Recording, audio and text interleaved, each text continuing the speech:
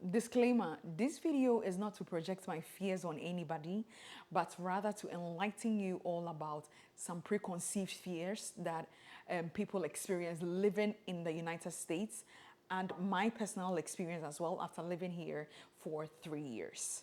Hi, welcome to my YouTube channel. If you are new here, my name is Joy Sapong, and to my loyal subscribers who always stay and watch my videos to support me, thank you so much for always doing that.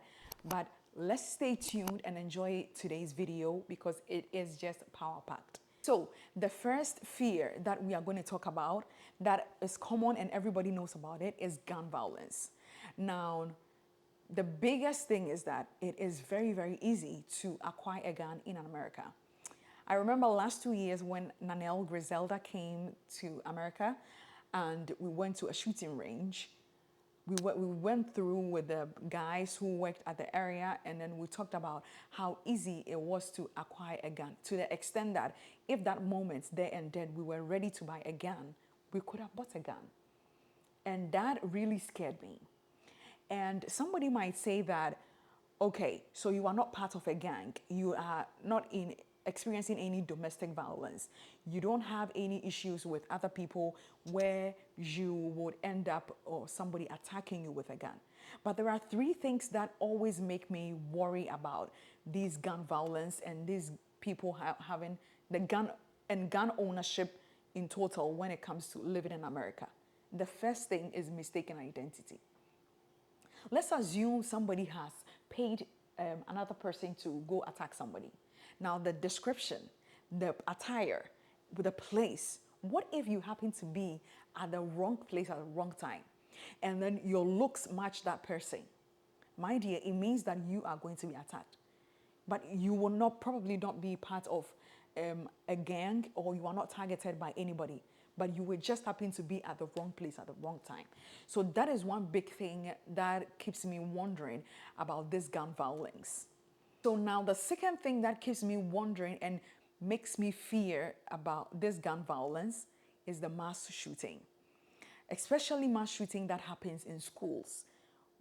You will just be at work and they will call you, oh, there is a suspected mass shooting at our school. What if your child attends this school? How are you going to feel as a parent? What are you going to do? So those are the things that I worry about. And another big thing is, I remember when I was in the ED working and I used to be in triage. Like the triage is at the entrance of the hospital. So you obviously can't lock this door. So what if somebody just comes in and decides to be shooting us? It means that you are at the front of that emergency department. You are going to be on the receiving end. And then the security at the hospital, they are not carrying any firearms. So they are obviously also going to protect themselves. So again, you who will be in the box in a confined area will be at the receiving end. Till we brought these issues up and we had like 1 or 2 issues at the hospital, that was when they decided that they were going to put the police at various entry points in the ED. So this again puts you in a sort of fear, like a mental fear that, oh, it can really happen where I am, even though you are not part of any gang, even though you've not pissed anybody off, but it can just happen to you. And then the third thing that I always worry about, which is one of the scariest, is a stray bullet. Have you thought about that one? Recently, I read in the news about what happened in Washington, D.C., where people went for the July 4th fireworks, that there was just a shooting and a child was shot. A child in a stroller was shot, not targeted, but rather a stray bullet. And thinking about these things, it's so worrying because then you are scared to be in these open places, open areas. You can't really go out to have fun because a stray bullet can be heading in your direction. So these are some of the things that when it comes to gun violence, I think about that makes me worry. So as I said, I'm not projecting my fears. I know that gun violence is something that is very common, that everybody has heard about. But these are some of the things that you should be thinking about when you come to America, because it can happen. Another thing is when you are deciding which states you are going to go, which city you are going to stay in, which apartment area or complex you are going to choose, you have to look into all these. If you find an apartment that is very, very cheap and you say, oh, this apartment is very cheap, my dear, you better look into why it is cheap, because you might be going into a ghetto that you will end up experiencing or seeing all these things very much. Okay, so fear number 2 is road rage. This I have a special experience. But the issue with road rage is if you live in a place like this, you can't honk at people. You can't tailgate somebody. You can't be angry at somebody who is sitting in the left lane who will not move for the passing vehicles to go. Because if you try, the issues that you're going to get. When we came to America, I was driving one time and my husband was on the passenger seat. And then something had happened. I think it was at a traffic stop. And the green light was on. So there was this guy who was still sitting in there and I honked. And he turned and was still sitting there. So people started honking. But because I was the first person to do it, because obviously I was behind them, they decided not to move at all. So then I overpassed the person, and then this person started following me. They followed us and followed us. I was scared. I'm like, why is he following me? Why is he following me? So then my husband was like, I always tell you to be patient and you don't have to be honking at people and blah, blah, blah. So then we kept driving and driving and driving and driving in circles. And then this person decided to just drive past us. But the look this person gave to us, in fact, gave to me driving, it changed the whole narrative that I would never honk at anybody. So and a typical example is this movie called Beef on Netflix. If you've not watched it, just watch it. I had not watched that movie yet, but after everything and I found that movie and I watched it, I sort of relived the experience. It's serious. The road rages can really escalate, that if you are also an aggressive person and you meet with a crazy driver, it is going to escalate so fast that you would not understand how and what that happened. So I would say, if you want to see a typical American road rage, go watch Beef on Netflix. Fear number 3. This is my favorite. Is it my favorite? This is my most fear. Let me say that. Dog attacks. If you all remember the video I did with Nanelle when she came here 2 years ago, in the video I had said that I was almost attacked twice by dogs. That was about living almost 2 years in America. Since Nanelle left, it's about almost 2 years, and I've had a near dog attack 2 times. So that is how common it is. And mind you, I'm somebody who barely goes out because I have stopped the strolling. So I go out when I have to go out. But still, I have almost been attacked by dogs twice in the last 1.5 to 2 years. And you know, in places like Ghana, you know, when a dog starts coming at you and you try to pick a stone or something to attack the dog will just run away. These dogs are not like that. They will still keep charging at you. They will keep coming at you until the owner either calls it. And some of these owners can't even control these dogs. One time I saw a video about a dog which was attacking a baby in New York.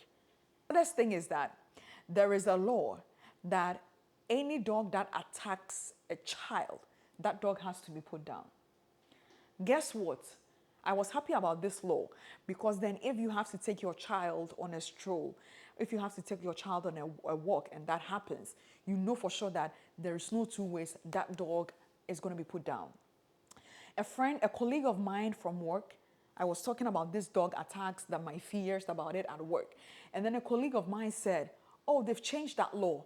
I said, huh? To what? They said, now the dog will have one chance. I said, one chance to attack a child before it will be put down? this is so bad. Like, it's so horrible. Now, when I heard that news, my fear number 3, which is dog attacks, it just skyrocketed. Because what do you mean that the dog has one chance attacking a child? But I believe that it's not even some of the dog owners are the problem, because some of these dogs should not be domestic dogs at all, like a pit bull. In fact, the last dog that charged at me, it was a pit bull. So why are you keeping this dog as a pet? Like, why? But anyways, I can't really decide or say for people on what they want to do with their lives.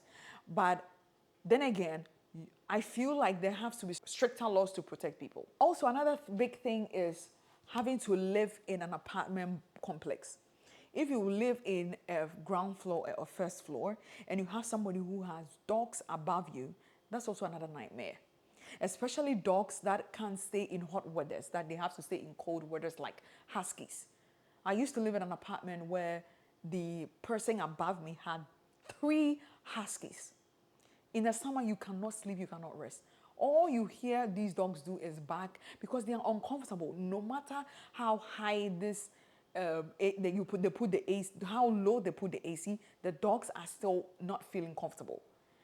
And the owners will keep apologizing. Oh, I'm sorry about my dogs. When is it going to stop? Because I can't sleep. So these are some of the things that you have to think about when it comes to like dog attacks and having dogs and coming in contact with people's dogs. So for instance, as I said, the gun violence, your only solution is to try and make sure that you are living in areas and places that are cool and safe. Road rage, for instance, just be patient. Don't be like me. But for this one, I think the only thing that you have to do is just to love dogs. Because I don't know how you can. But the thing is, even if you love dogs and there is a dog charging at you, what are you going to do? Anyways, let's move on to fear number 4. Fear number 4 is carjacking.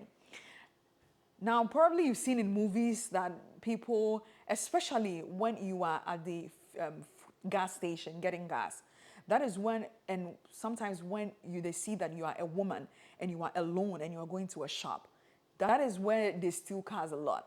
So I would say always be on the lookout. Make sure that you are aware of your surroundings, because when it happens to you, before insurance can actually listen to these things, your story has to be very convincing. It has to be convincing. And you will be paying insurance. But then what if you go to them and you tell them and then you are not able to convince them enough? You don't have a car. Now you have to go and buy a new car. That is an extra cost. Fear number 5 is extreme natural disasters. I know people would want to come to America, go to places where they can have big, nice houses. Now, I know of an immigrant who came, and this person insisted that they wanted to live in Texas. Now, don't get me wrong. There are places in Texas that are very safe, not disaster prone. And then this colleague of mine went to live in Texas. I think wherever they went to live, they didn't, was it Houston? I'm not sure. Don't take me by my word. And then they went to live in Texas. They bought a beautiful house. They did a nice housewarming. The very month they moved in, there was a big flooding. In fact, the whole house went down. So they ended up living in a hotel for 3 months. So these are some of the things that you also have to look and ask around before. And mind you, it's not even some of the states.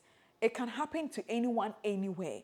But there are some states that are more disaster prone than others. So you have to ask about and make sure that these states that you are going is not like more disaster prone. Now, if you go to a disaster prone state and also buy a house, remember that your house insurance, any insurance that you get in that area is going to be high, because they tend to happen easily.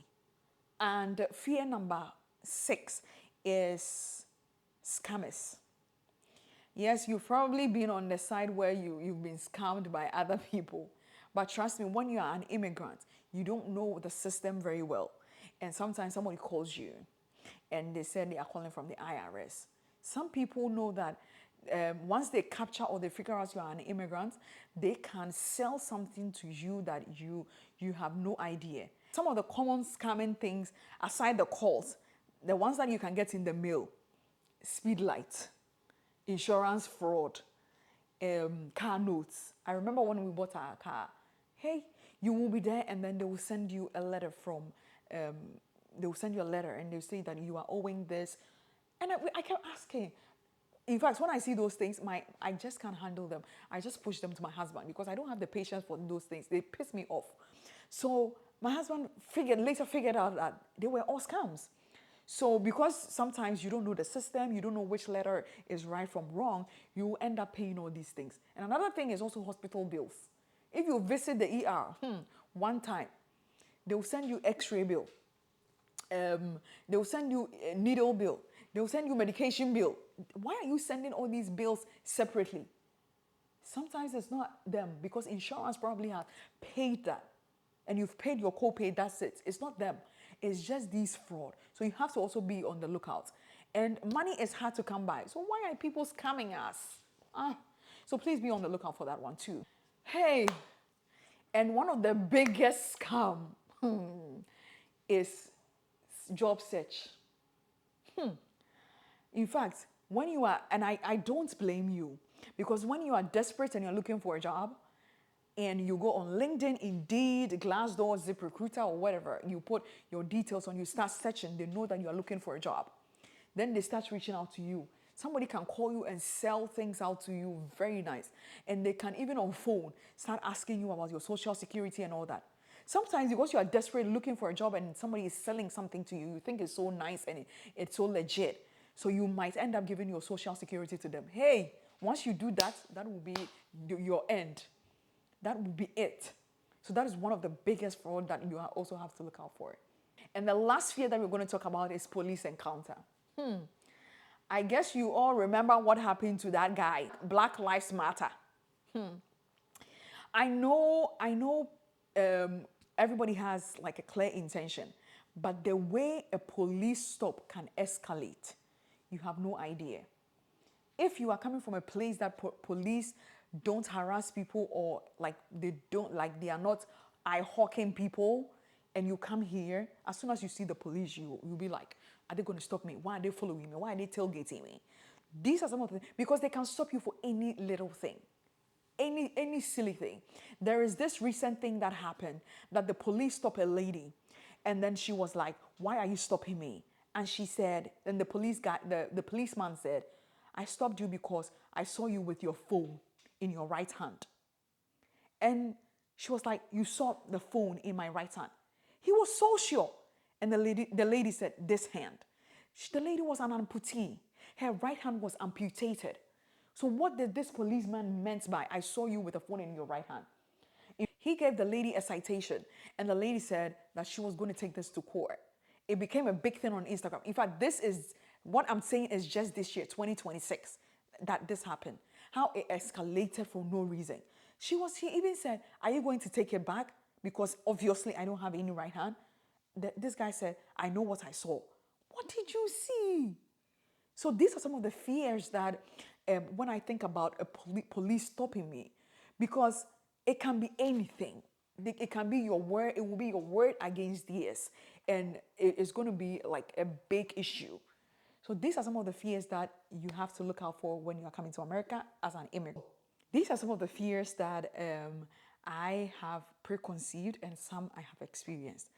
By the grace of God, nothing has happened. Let me knock wood. And nothing is going to happen. I'm going to be living here peacefully. Now, if you are watching this video and you've lived in America or wherever that you've lived, what are some of the fears that you've also preconceived or you heard about America that I didn't mention? Put it in the comment section. And if you also lived in America and you've lived this fear, or you've encountered any of these, how did you go about it? Please tell us in the comment section so that we can also all advise ourselves. Thank you for watching, and please don't forget to comment, like, subscribe, and share this video. Thank you. Have a good day. Bye-bye.